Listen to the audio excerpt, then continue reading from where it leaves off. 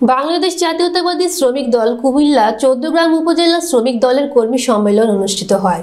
24 জানুয়ারি শুক্রবার সন্ধ্যায় উপজেলার মিয়াবাজার হাই স্কুল মাঠ প্রাঙ্গণে হাজার হাজার বিএনপি সহযোগী সংগঠনের নেতৃবৃন্দের উপস্থিতিতে সম্মেলন অনুষ্ঠিত হয়।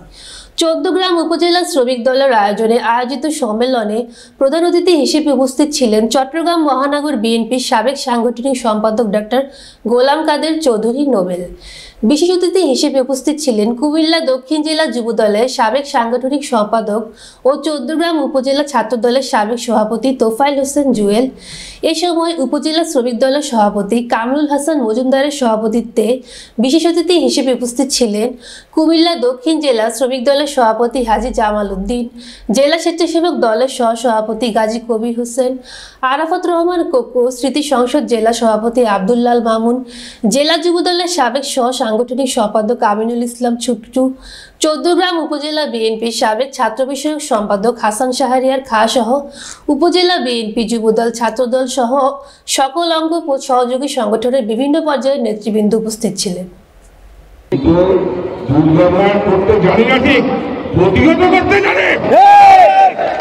আমাদের সাথে দুর্ব্যবহার করলে, আমাদেরকে আঙুল উঁচিয়ে কথা বললে আমরাও কিন্তু ছেড়ে দিব না।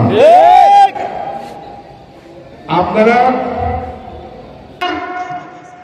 নেতা শহীদ প্রেসিডেন্ট জিয়াউর রহমানকে আমি গভীর শ্রদ্ধার সাথে স্মরণ করছি। আমাদের এলাকার কৃতি সন্তান,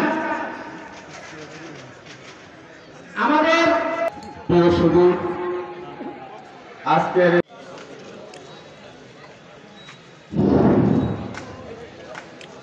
মাঠে রাজপথে আন্দোলন সংগ্রামে পেয়েছি। চট্টগ্রাম শ্রমিক দলের পক্ষ থেকে আপনাদেরকে অসংখ্য ধন্যবাদ জানাই এবং মোবারকবাদ জানাই। এই বলে আমি আমার বক্তব্য শেষ করছি। বেগম খালেদা জিয়া জিন্দাবাদ। আমার জেলা কমিটি এবং জেলা শ্রমিক দলের মহানগর এবং জেলা শ্রমিক দলের নেতৃবৃন্দ, আমি সবাইকে কুমিল্লা।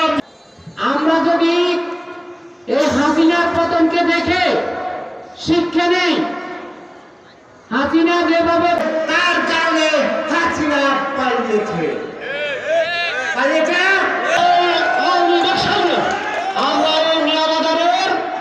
গোলাম কাদের চৌধুরীকে নোবেল উপস্থিত।